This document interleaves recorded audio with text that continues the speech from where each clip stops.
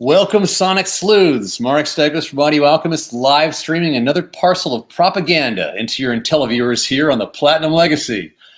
Today's audio contortionist has worked with the likes of Thalia, Marc Anthony, Usher, Jamiroquai, Lenny Kravitz, Joe Perry, and has received a Grammy for engineering from Nancy Wilson's Turn to Blue. Please welcome engineer, producer, system designer, and the Bolivian Braveheart, Pablo Arraya. Hello. How are you? Good to see you, Mark. Good, man. Good to see you too, brother. Yeah, man. Glad you're surviving out there. Yeah, it's been a crazy time, but audio democracy. Yeah, like a crazy time, but I think hopefully stuff will start getting a little normal soon. Let's see how that goes. Well, let's. Yeah, I don't know. I think we're in the business of anti-normal, so yeah, it all ties together. All right. Staying inside wasn't that different than for most people. So. Right, we're getting our tan from the studio lights. Yes, exactly. Right, well, our routine today is, as usual, we're going to watch a previously recorded video we did at Audio Piranha, which is Pablo's joint, about the Monitor ST and the Convert 2. Then we're going to take you through his signal flow, and then we'll get into Q&A. So with no further ado, why don't we roll some footage? Hi, I'm Pablo Arraya. I'm a New York-based engineer, and welcome to Audio Piranha. I want to tell you guys why your D-to-A is such an important part of your sound and your recording and mixing process. One of the things I noticed in my work was that there was a harshness around the vocal range that was consistent from song to song that I mixed. Through a process of elimination and constantly hearing the same problem over and over, I realized the problem was in my D-to-A. To stay competitive in my job, I constantly have to listen to work that's already out there and mixes from other people. For example, switching between my mix in Pro Tools and another source coming out of my Mac or iPhone, it's just not the same quality converter. Once I realized that the problem was my D-to-A, I started auditioning a whole bunch of different units. Some had a very nice stereo image to them, some had a lot of punch, and some had a lot of high-end detail. But the only one that I found that really convinced me was the Convert 2. One of the features that impressed me the most was the word clock. By using the internal word clock, I immediately had better punch and high-end resolution in my mixes. The second feature that impressed me was the USB input. Apart from having two AES SPDIF inputs and an optical input, you have a USB input. What that allows me to do is listen to my mix and my reference source at the same level off the same converter. Many of my clients are all around the world. They're not able to sit here with me. What this allowed me to do is send my mix digitally through the Convert 2 out the USB port to my podcast software, allowing me to play my mix real time for my client that's all the way in the other side of the world. To send my mix to the USB port, it's very simple. Just hold the 2 USB button for 3 seconds until it starts flashing. I use a program called Nicecast, but there's others out there. I select my source to be Convert 2 and start my broadcast. Now, all I have to do is hit play on my mix, and once my client opens up the link I sent him, we'll be able to audition the mix real time together.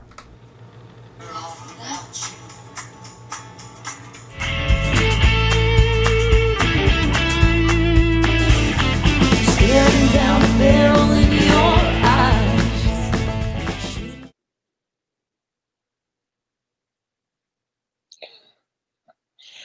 Man, that looks a lot like you. Yeah. Wow, that was a while ago. My studio's changed quite a bit since then. But, the process hasn't. Yeah, absolutely. Actually, we should probably look at what gear you own. I guess we can see that in the signal flow video. I guess we'll get to take a peek at some of the goodies that you've got. Yeah. And I want to dig in more on the on that uplink feature that you use, because you're someone who uses it really effectively. My record that was just mixed, we actually used it with Michael James was auditioning tracks for me, sending them over to me so we could do it real time over the phone. It was really freaking handy. So one of the things I will say about that uplink feature now, especially now that you can't really go out much. I've had this same unit installed in one of my clients' studios, and I was able to, remotely like log into their computer and through that feature do a session, do a whole session. So I was hearing her as we're going, and we did it through like FaceTime. And so we didn't use the podcast software, right? But thanks to that feature, I was able to connect to her, and she could hear me back, through just an output. But it's thanks to that unit, it's been really easy to get other clients to to still work. A lot of people still want to work and still want to do stuff. So that feature came in very handy. Well, go ahead, since you opened up the topic. Why don't you tell us how that process works? I think you were saying you're using a couple different things. one to visually cue with the artist, and the other one to obviously do. Right. So what I ended up doing is obviously creating a mix minus, right? So it's a mix without me in it. So whatever the client is hearing, like I'd open up the session in Pro Tools using like TeamViewer, right? So they're in the studio, they're in the booth, the mic is set up. Luckily, these clients, have their own studio at home, so stuff doesn't change much, right? From session to session, especially when it's vocals. So what would happen is I log into their computer. I made her press the button so that it would go back to the holding the USB button for 3 seconds, so the uplink turns on. I sent the output out of the Mac, right, going out through there. So I was on AES 1 and 2 Pro Tools, so that the Pro Tools session is feeding the input, right, the input into the Mac. So I was able to listen to it here, just like on my phone. I had it, and I plugged that into my speakers, and I was able to hear through FaceTime what was happening in her studio, right? And then I was able to talk to her, through my phone, talk to her back. So I'm controlling the session. When I heard her stop, I'd stop. There's a little bit of a lag. The first few takes don't come out perfect, but after you get into a rhythm, you kind of understand what that little delay is. And I know this artist for many years at this point, so it wasn't the process just felt natural after a little bit. And thanks to it, I was able to hear a very good quality mix. It wasn't perfect, but it's like enough that if you heard her make a mistake, or if the take was incomplete, or she wasn't giving you enough energy, you could easily tell her, no, I need more of this, I need more of that. And it's worked. It's allowed me to keep on working, and it's allowed me, I'm sure there's other workarounds that I could have come up with, but this one was a very easy one, because all it took on her end was to push a button, as opposed to like, okay, go to the patch bay and patch this in for me, and see if this is working. It was a very easy thing to do, and it was something I never thought I would do with her. It wasn't something I thought I would like need that option, but it came in. Obviously for mixing, and when I have clients in other parts of the world, it's a very cool feature, because same thing, you can be on FaceTime with them on your phone, but you hit play and they can hear it off their speakers, right? Because it's just a link, right? So it's a really cool feature, and it's allowed me to definitely connect with people in real time, as opposed to having to send a mix out, wait for comments, and get back, right? So like if there's a very specific delay or something that they want you to add on there, it's a very easy thing to do, and then you play for them, and they're like, a little bit shorter, a little bit lower, so it really is a cool feature. Yeah, I enjoyed it when I was working on this, like I said, on my last record, listening to the mixes, because you could, he'd leave it up while he was mixing, so I could hear the process. And if there was something getting to the destination that I actually liked better, I could say, "Oh, dude, go back 2 steps when you had it set up like this." That's what I'm looking for. It was kind of fun. Yeah. It's also, I got to learn something. Yeah. Cool. And right, and if there's something you don't like, you can easily jump in before he goes too far in it, and keeps on going. Right. So yeah, it's a very cool down a rabbit hole. Yeah, very cool. Cool. Let's watch that other video, and then we'll continue. We'll sally forth. Sounds good.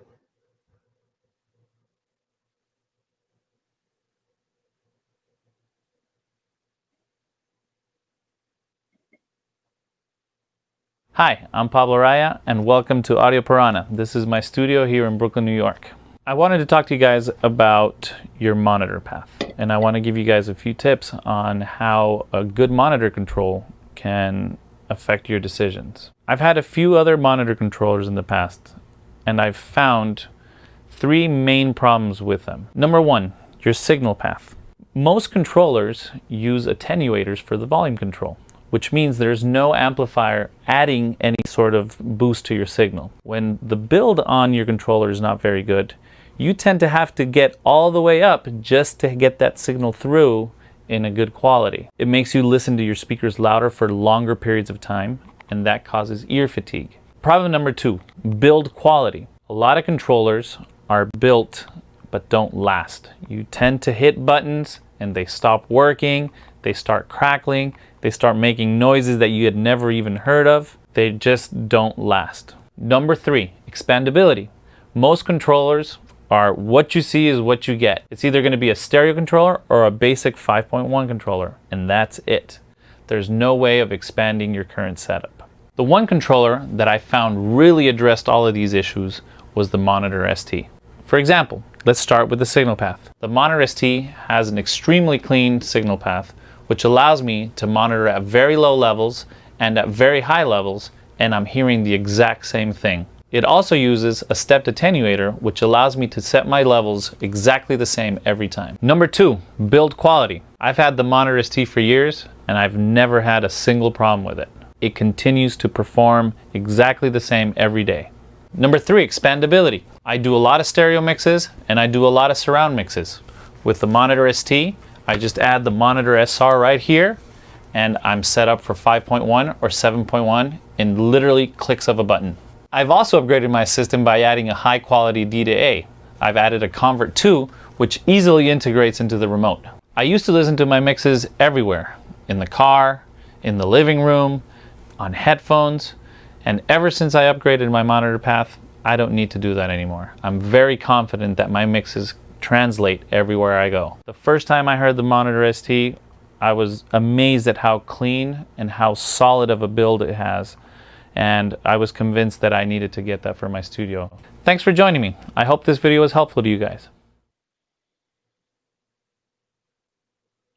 That guy is not So lying. last week, that's good to know, man. I'm relieved. Last week, we actually had a question that we didn't get to address on it because it came up late. A guy said, what is a monitor controller? So, maybe you want to explain. Sure. So people are confused because it's built into that's sort of built into your interface. It's, you have a symphony, one's built in there. Why do you need? I think pretty much every system you have has a monitor control some way or another, right? I mean, on your car radio, it's the volume control, right? And the selector. It selects, you want the radio, do you want the AES? I'm sorry, the AES input, do you want the USB input? It's a selection. It's a unit that gives you different options to select, and it's a unit that lets you bring the volume up or down. And it's a unit that lets you do certain things that will help improve your workflow, right? A mono button, a stereo button. If you're in surround sound, you can mute certain speakers or, solo certain speakers, which is a very cool option that this unit also has. It's just a good unit to pretty much control you can't have your speakers as loud the whole time, right? You got to bring them up, you got to bring them down. So a monitor controller and having a good one in your signal path is pretty much key to everything. It's like if you buy a car, you want to have good wheels on it. Let's say the wheels are your speakers, right? You bought some nice wheels for it, but now you have a really cheap engine, right? Yeah, it'll ride you. It'll take you places. But when you have a decent engine that's calibrated correctly, that engine is running smoothly, you're gonna have a good ride. It's the same thing for audio, right? You're mixing, you're spending all this time and doing all this work in Pro Tools or Logic, and you want to be able to know that what you're hearing coming out of your speakers is as clean as possible. Yeah, and I think you made a very good point in the video where you're talking about confidence checks. There are tons of people that go out to their cars to check their mixes, whatever, So your monitor controller obviously dictates what you're going to hear, because an inexpensive one will occlude things. You know, maybe your stereo separation won't be as wide, or even when you turn the volume up and down, it may get narrower or wider depending on the position of your volume control. It may have all sorts of filter caps built inside that are trying to, you know, hide other other issues you might have, like DC offset in your signal path. But really what that's like a bandpass filter. It's taking out certain frequencies that you actually need to hear. Yes. So your monitor controller, obviously you want to maybe address that, how it affected your workflow, right? Not having to do confidence mixes. I think if you ask most, you know, professional mixers that have been doing it for a while, they'll tell you they don't mix loud, right? I do pump it up. I do, you know, my first hour of the mix, or, you know, I have my times where I crank it up to let it hit me and feel it. But then, you know, if I'm going to work a good 8-hour day, I'm going to monitor fairly low, right? It's not going to be a loud. I'll probably be about like 75 dB, you know, SPL in the room. So 65, 75, and then my loud is getting up to 85, 90, right? That's as far as I like to go. I don't necessarily need to mix louder than that. So other monitor controls, what I would do is like I'd put it low and I'd mix, and then I'd crank it up, and it just felt different. I was like, no, this is not exactly the same. It's not pumping the same, right? I was overcompensating on the plugin use or on the EQ use, or to just get it to punch. And then when you turned it up, it felt either too much or harsh, or there was something about it that, you know, there wasn't this cleanliness to it, right? So when I heard this for the first time, I was like, let me listen. My first test was like, let me go low. Let me see what happens when you hear it low. And it was just like, oh, wow. You know, and it was a very similar experience as to using a monitor control on a Neve, on an SSL, you know, on a 9000, where it's like a nice console, you know, the parts are built right. And it was like, okay, I've heard this before, you know. So I finally found something that your volume can be like barely even heard. And especially like when I mix vocals, my speakers are barely, I'll mute one speaker and I just use one, and I'll pump it up to like 1 or 2 clicks. And that's where I ride my vocals. That's where I ride. And then when I'm done with that, I'll crank it up, and I'm like, yep, that's right. That's exactly what I was hearing before. Now it's just louder, right? So there's this confidence that having a very clean signal path, and it's not being degraded by the attenuator, like you said, with the DC offsets or whatever they put in there. I'm not that technical of a guy to know exactly how these things were built, but you can tell when it's built right. You know, there's something about it that is super clean, and it's you know, going back to the reliability of it. I mean, I've had my unit for over 14 years now. I've never had an issue with it. Never. Good. That's why I haven't received a phone call from you. All right. So let's I think this is a good junction to go through your signal flow, because that's going to sort of talk about how that's connected, Convert 2, and also the rest of your world. You know, people like to see how your mind works, you know, so they can try to utilize some ideas. So let's take a look at the signal flow. Talk them through it. All right. So my main signal flow starts, you know, I use Pro Tools as my main DAW. I have an Apogee 24 by 24. I have a tube that the first 16 channels go into the 2-bus plus, right? So my summing happens in the 2-bus plus, and then it goes out either back into Pro Tools, and then one of my outputs goes to the monitor ST, so I can monitor it there as well. Then I also have a Convert 2, which is tied in with the monitor ST. So the second row of buttons controls the buttons on the Convert 2, which is a super, super cool option. And, you know, I have my mix. Well, I'll wait for that next page, right? So I have, out of the Symphony, I have AES 1, 2, 3, and 4 going into the Convert 2, so I can hear it. I have a dangerous compressor that I can insert in at any time into my 2-bus plus.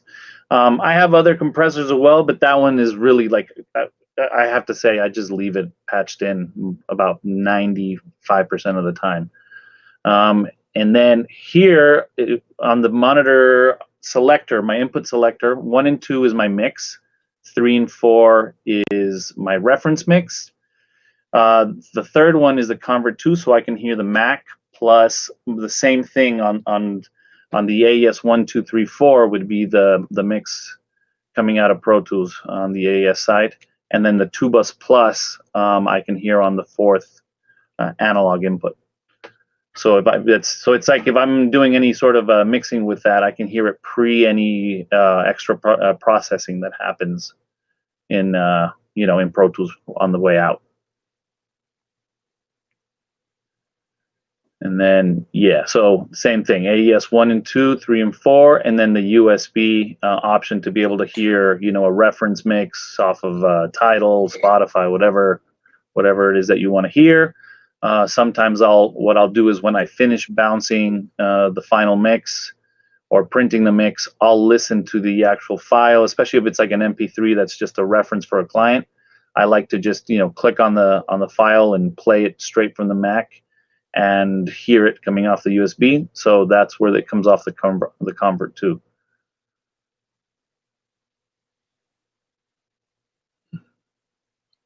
Excellent. So you kind of had to talk really fast because the slides were zinging past you there. So let's we'll break it down for people a little bit.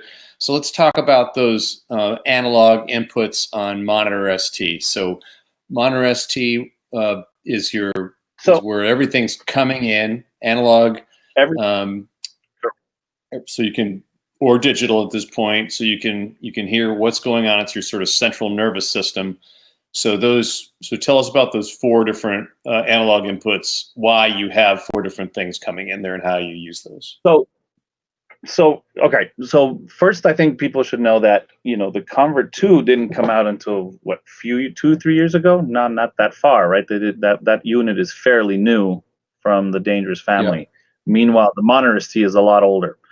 Yep. My original setup on my patch bay had analog inputs 1, 2 as my main mix from Pro Tools. 3 and 4 is always reserved for my reference mix, which a reference mix from a client, even if you've been tracking it, that first rough mix you do really does say a lot. It really does give you a lot. Music has so much information, by itself without having to do a lot of mixing. If you just balance out a mix, even with no reverb, no effects, nothing, there's a lot of information that comes out of that, right? Just from the raw tracks. So I like to either have a bounce that I did from a very rough mix, or if a client sends me a mix that I'm supposed to improve, I like to put that in there so that I don't lose the feel. There's something about the feel that mix already has, the client is already used to. And once you start mixing, you can easily change the feel of the bounce of the song. And so that's where that goes on 3 and 4. The Convert 2 obviously is on the 3rd spot. And that also that has 2 functions. One is obviously the USB, being able to listen out of the Mac, whatever source it may be, just YouTube, Spotify, Tidal, whatever source I need to hear from the computer, right? You always got files you got to hear, so that goes there. And then the 4th one is the 2-bus plus. The cool feature that the 2-bus plus has is you have 2 separate analog outs, right? So one of them goes back into Pro Tools so you can print the summing, and then the other 2 I put on that 4th input, right? So yeah, there you go.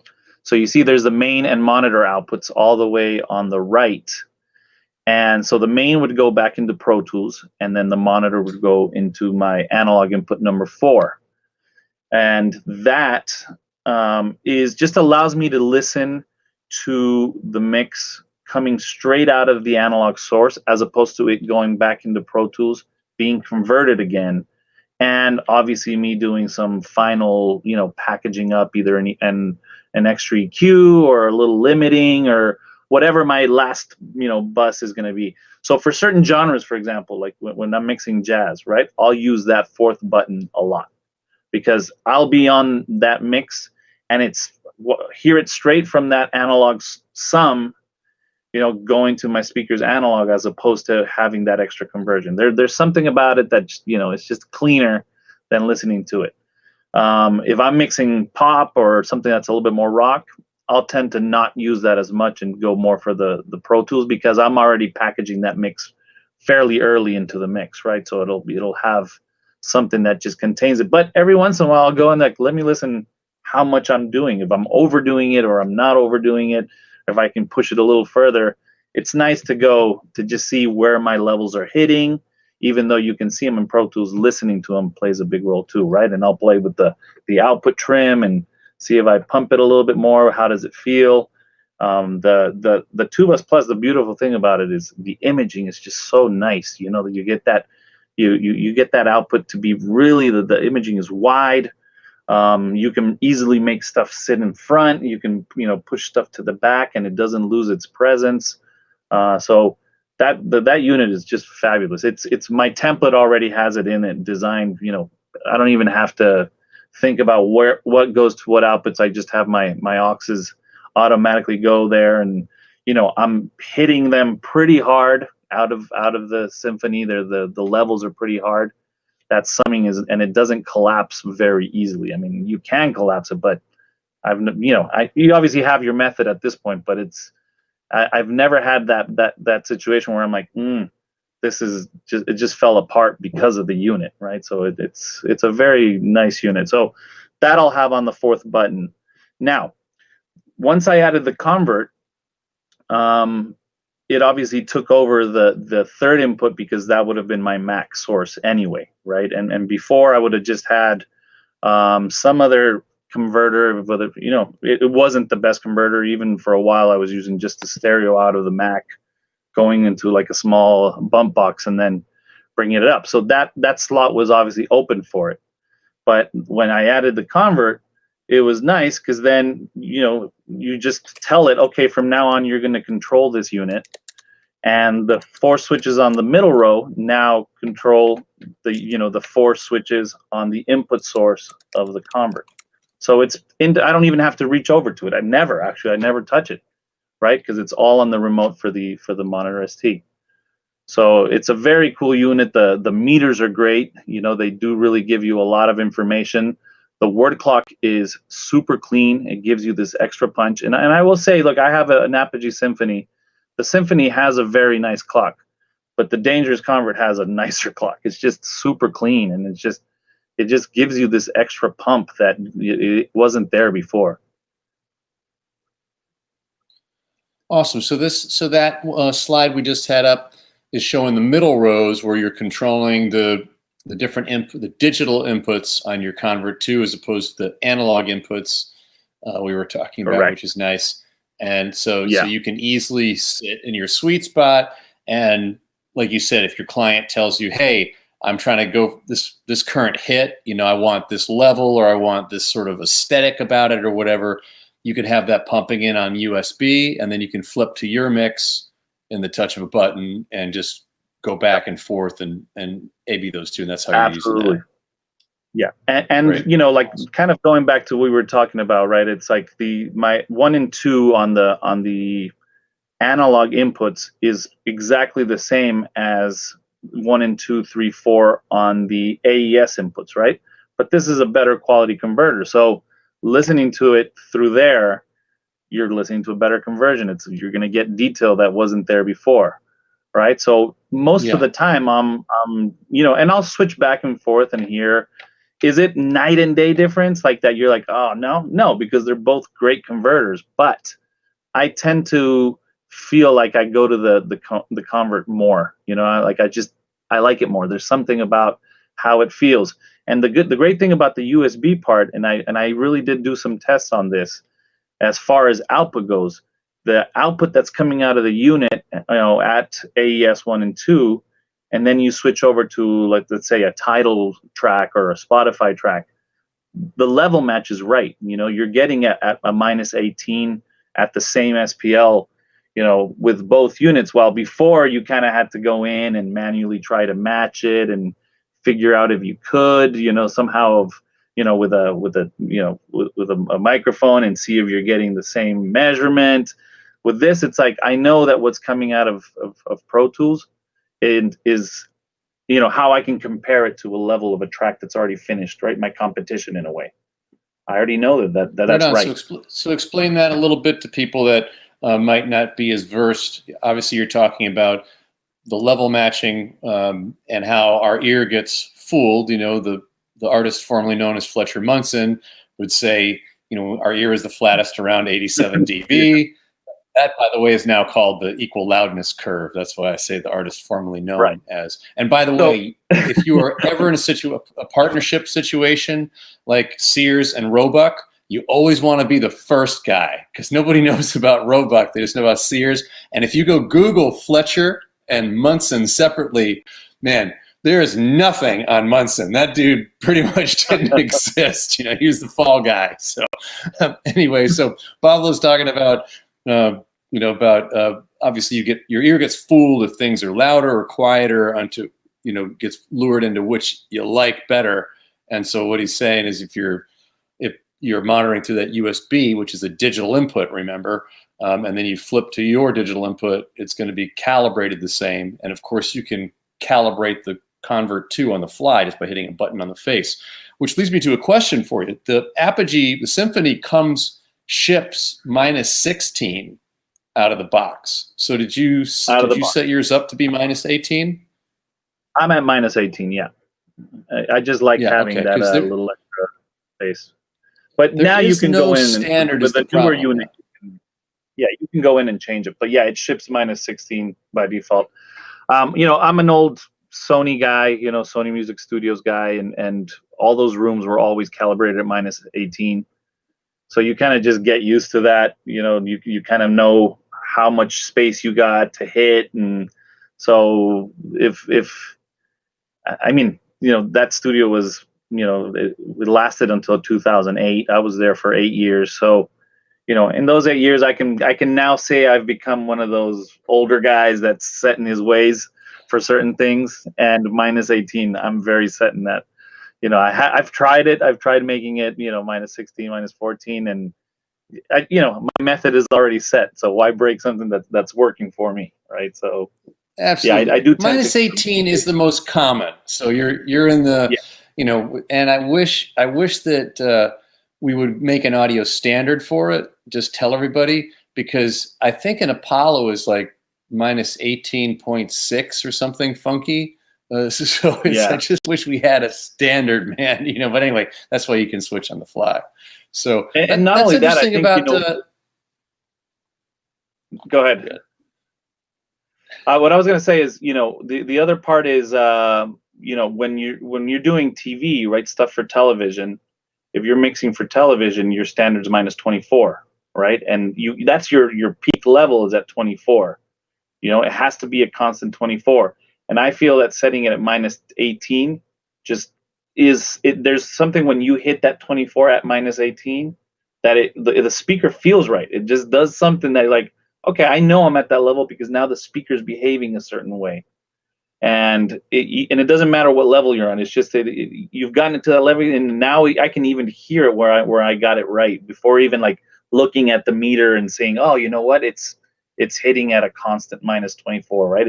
It can hit a little bit louder, but it's the constant that you want, right? So if I go to -16, I've changed the dynamic of how the speaker behaves with the session, right? So there's something about 18 that just works just right, and I don't touch it. It's just like I've learned it. That's what I got to say about that. Excellent. All right. Well, I think it's a good call. This is what you learn. All right. You mentioned working at Sony. Do you want to talk a little bit about that, about the transition from, because Todd Whitelock, he was there at that same time too, I believe, was working there. He's another Dangerous Music System Complete aficionado. So maybe just tell us a little bit about that and how that transition for you, how you transitioned out into your situation now. Well, I mean, Todd Whitelock is definitely one of my mentors. You know, he's one of the guys that I've learned tons from. The Grammy I won is also a Grammy he won because we did that session together. He's the one that and mainly engineered that session, and I did all the Pro Tools work on it. So I kind of owe him that Grammy more than anything.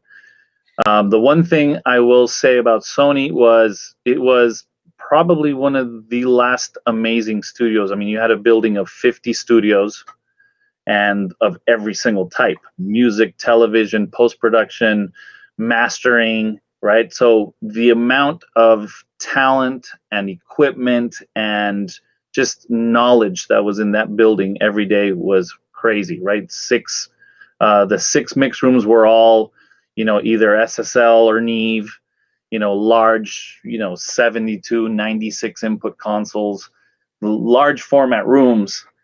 And it was just whatever client was coming in, you know, you needed a special amp, a special pair of speakers, a special pair of whatever it was available.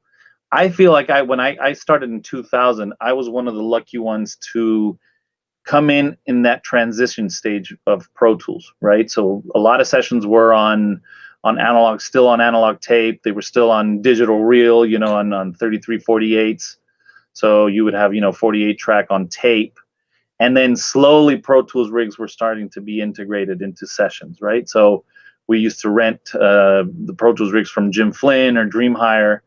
And when I was, you know, just a basic runner, not even like an assistant yet, it was like we'd receive the cases with the Pro Tools rig.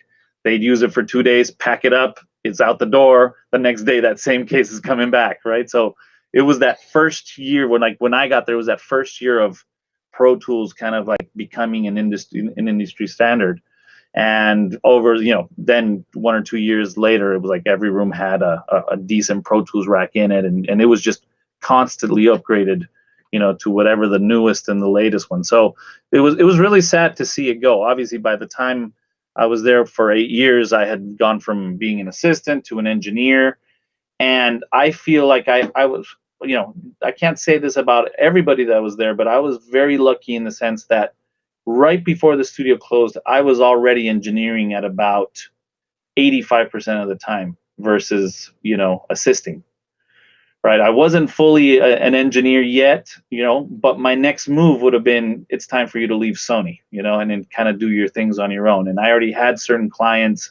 I had certain people that, you know, I kind of have, you know, wanted to work only with me and, you know, had kind of developed that relationship. So when it came, I think it was that extra boot that was like, okay, that the time came is like, okay, it's time for you to go. And this is not a bad time to do it.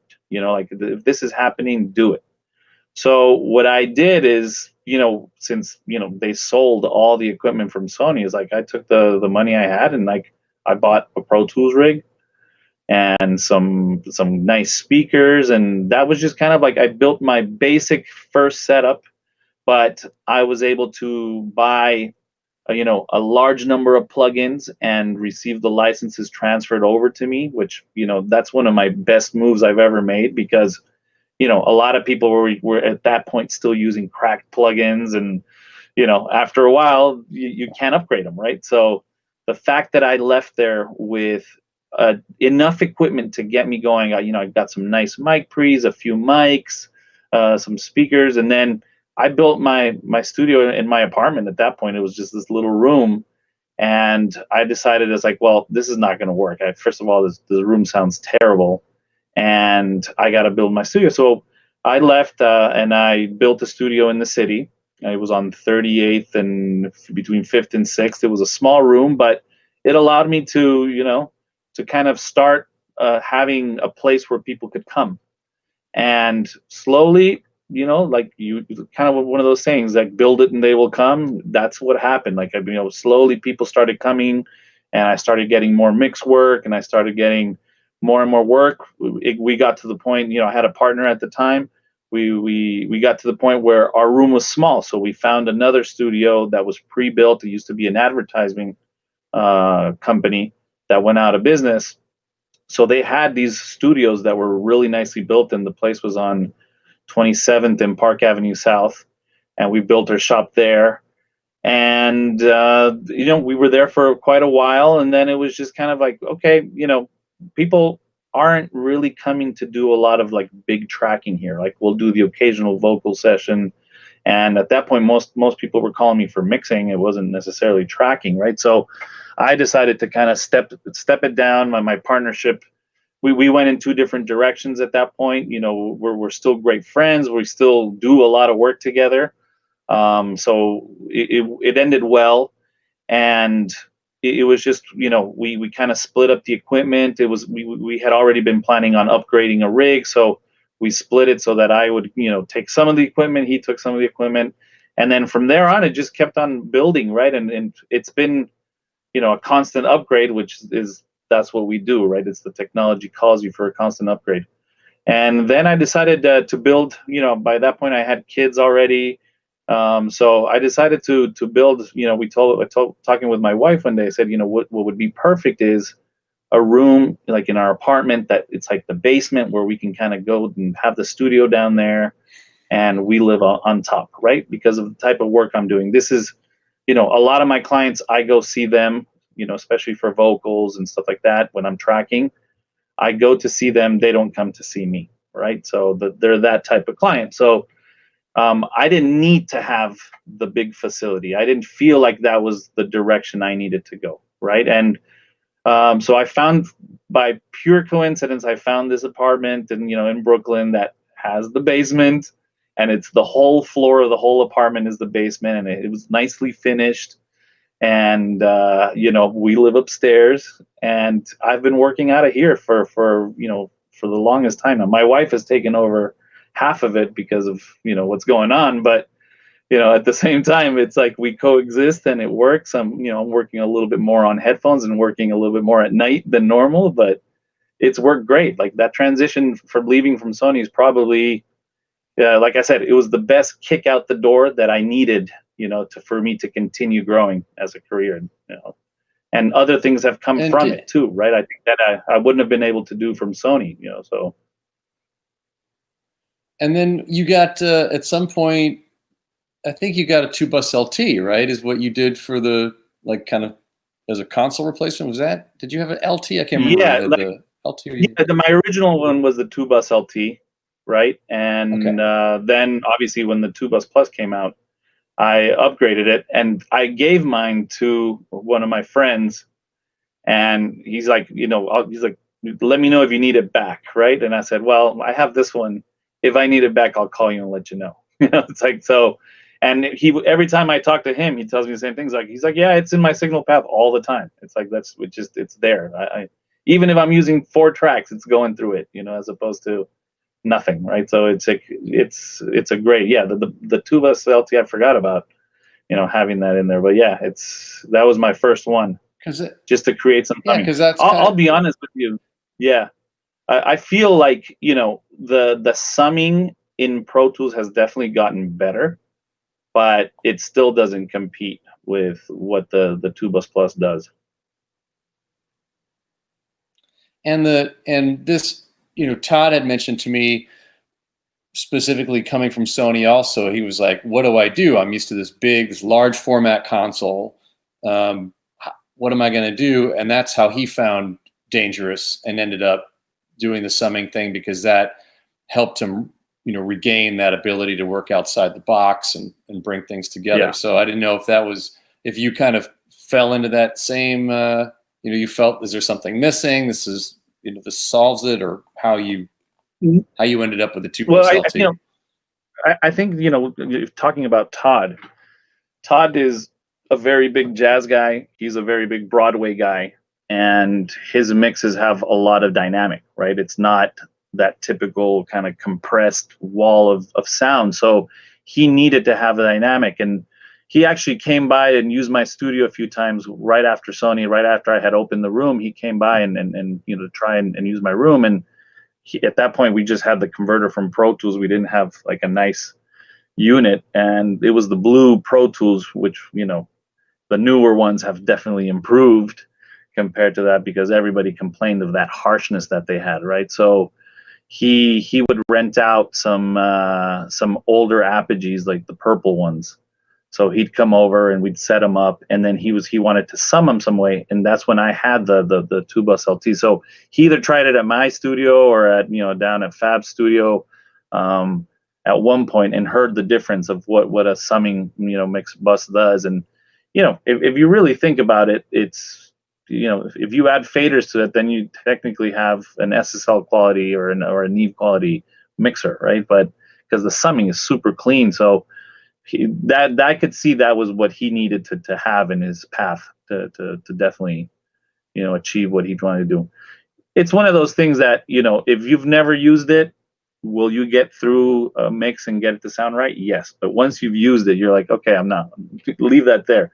Don't even put it back in the box, because it really does add a lot of cool features. And now, especially that that they've added with the 2-Bus Plus, the harmonics, the paralimiting, the X-former, that's that extra bit of color that is an analog color. I think that's probably one of the hardest things to recreate with a plugin, right? You just can't do it. I'm looking at mine right now, and the harmonics button is on, and it's dialed in to about 9. It's at 9 o'clock right now, and the X-former is on, and that's dialed in at 6 o'clock, 7 o'clock. So even if it's just a little bit, it's just on there all the time. The paralimit I've used, here and there, but I've just maybe haven't, tried using it as much as other stuff. But it's a great option, and obviously being able to put it on 15 and 16 and 13 and 14. My layout is pretty basic, from what I use, like 1, 2, 3, and 4 are drums, right? I do 1, 2 is my clean path. 3 and 4 is going to be my parallel compression plus distortion. I always add a little of distortion on the drums, and it might be really, really low, but adding that distortion is kind of like harmonic distortion, right? So it just makes the drums have this weight to it, and they just feel a little bigger. 5 and 6 is bass. 7 and 8 is guitars. 9, 10 is keyboards. 11 and 12 is kind of like my open for horns or any extra stuff that the song might have, right? And percussion I would put into 1 and 2 and 3 and 4 as well. And then 13, 14 is always vocals, and then 15 and 16 is effects.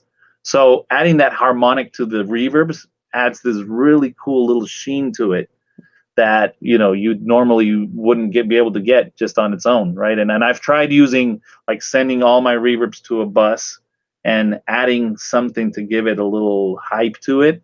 And it's cool, but this one is just like naturally like, oh wow, there's this, like that reverb now has this extra space, or if there's some sort of a pitch shift, it just gives it this little extra like sizzle on the top. That's really cool.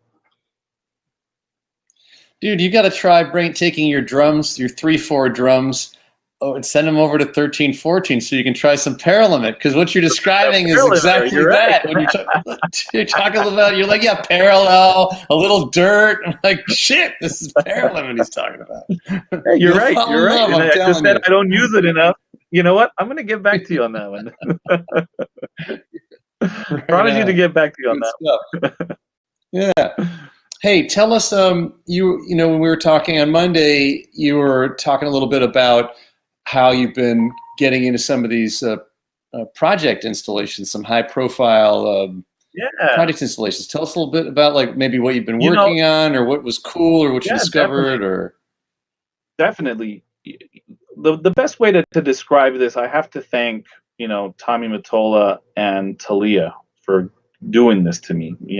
Tommy Mottola is from Sony Music, is a guy that he's always been an enabler. You know what I mean? Like, he's always been, and most people that I've worked with him will tell you that. When he was at Sony, he was the guy that was like, go do it, go try it, go build it. He's the one that threw the money to go build Sony Music Studios. He wanted to have his studios. He was a very important part of the Hit Factory, right? He really pushed artists to get that going. So I've been working for them for a really long time now, almost, I would say almost 20 years, 18 years that I've been working for them. And I've become his wife Thalia. She's an artist. She's a singer. I've been her engineer for all these years. I do all the vocals for them. And when they were moving houses, he called me one day, and Tommy's a very straightforward guy, and he's like, "Hey, you know what? I need you to come up to the new house. You're building the studio." Oh, okay, sure. So drove up to their house and walked into a room that was in construction. He's like, "All right, this is the room. Do what you got to do." So it kind of was just like, okay. So I had to figure out, what equipment is going to go in there, what wiring needs to go in there. Work with the contractor to, if there was any acoustic stuff that we were going to do, order all the acoustic panels, everything. And of course, it wasn't like a professional studio, but it was a great studio, and it actually came out sounding really, really nice. We did tons of work in that room. And he called me again one day, and he's like, "Hey, I need you to, I'm going to hook you up with my friend. He wants to build a room. Can you help him out?" I was like, "Sure." And he wants to create this vinyl room. You got it, whatever we need. And he's like, "It's Jimmy Fallon." Oh, okay. So I went over to Jimmy Fallon's, and the room that he wanted to build this one was a little bit harder. So that's when I brought in Walter Storik's people, to WSDG, to do the design for the room. I did all the wiring. I did all the equipment selection. And through that, we kind of developed a relationship. I started doing a little bit of work with them. They were hiring me to do some system engineering, some designing for them. And from those two projects, more and more people started calling me, and luckily there are some high-end clients, and they've started calling me to build their studio. And through that, I got a call to start building some bars, sound system for bars and for hotels. So it's expanded into something that's a little bit more than just being an audio engineer. So last year, 2019, was a year where I kind of took, I'm going to call it a sabbatical, but I took the time off from engineering. I was still engineering for Thalia and for certain people, but I took the time off to really focus in on this design part because I was really enjoying doing that. And I wanted to really learn how to do it right. There's a lot of building code that you need to understand. There's a lot of, just the basic electrical engineering, a lot about conduits you got to learn about. So I really wanted to learn to do it right. So I took a break and really got to learn. Two people that I really truly respect. One of them is one of my mentors. It's Brian Malouf. Brian is not only an amazing engineer, probably one of my favorite mixers. Right, he's one of the nicest people in the world.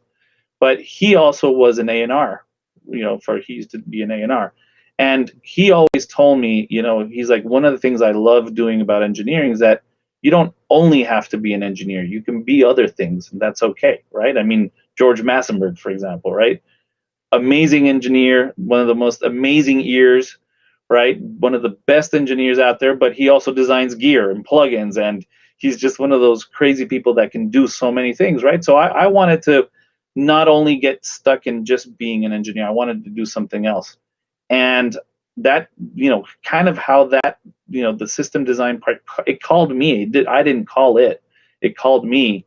But now I really, truly enjoy it. And the lucky part is people trust me with the decision that I'm making on equipment. And a lot of the equipment I'm putting in is dangerous equipment because it's, it works for me and it works for them. And when I do build these studios, I tend to be the one that has to go engineer for them anyway. So might as well, design it so that I know how to use it really easily, right? So it's been a very cool part. I'm enjoying it more and more as I do it. Yeah, it just adds another dimension to what you do. With the Jimmy Fallon's place, that was really just a pleasure, listening to music for pleasure, right? It wasn't so much a studio, and didn't you put a manly massive passive in there? Yeah, well, I mean, we needed an EQ, right? We needed the room needed a little bit of correction, and I called you. I was like, I need you to do me a favor.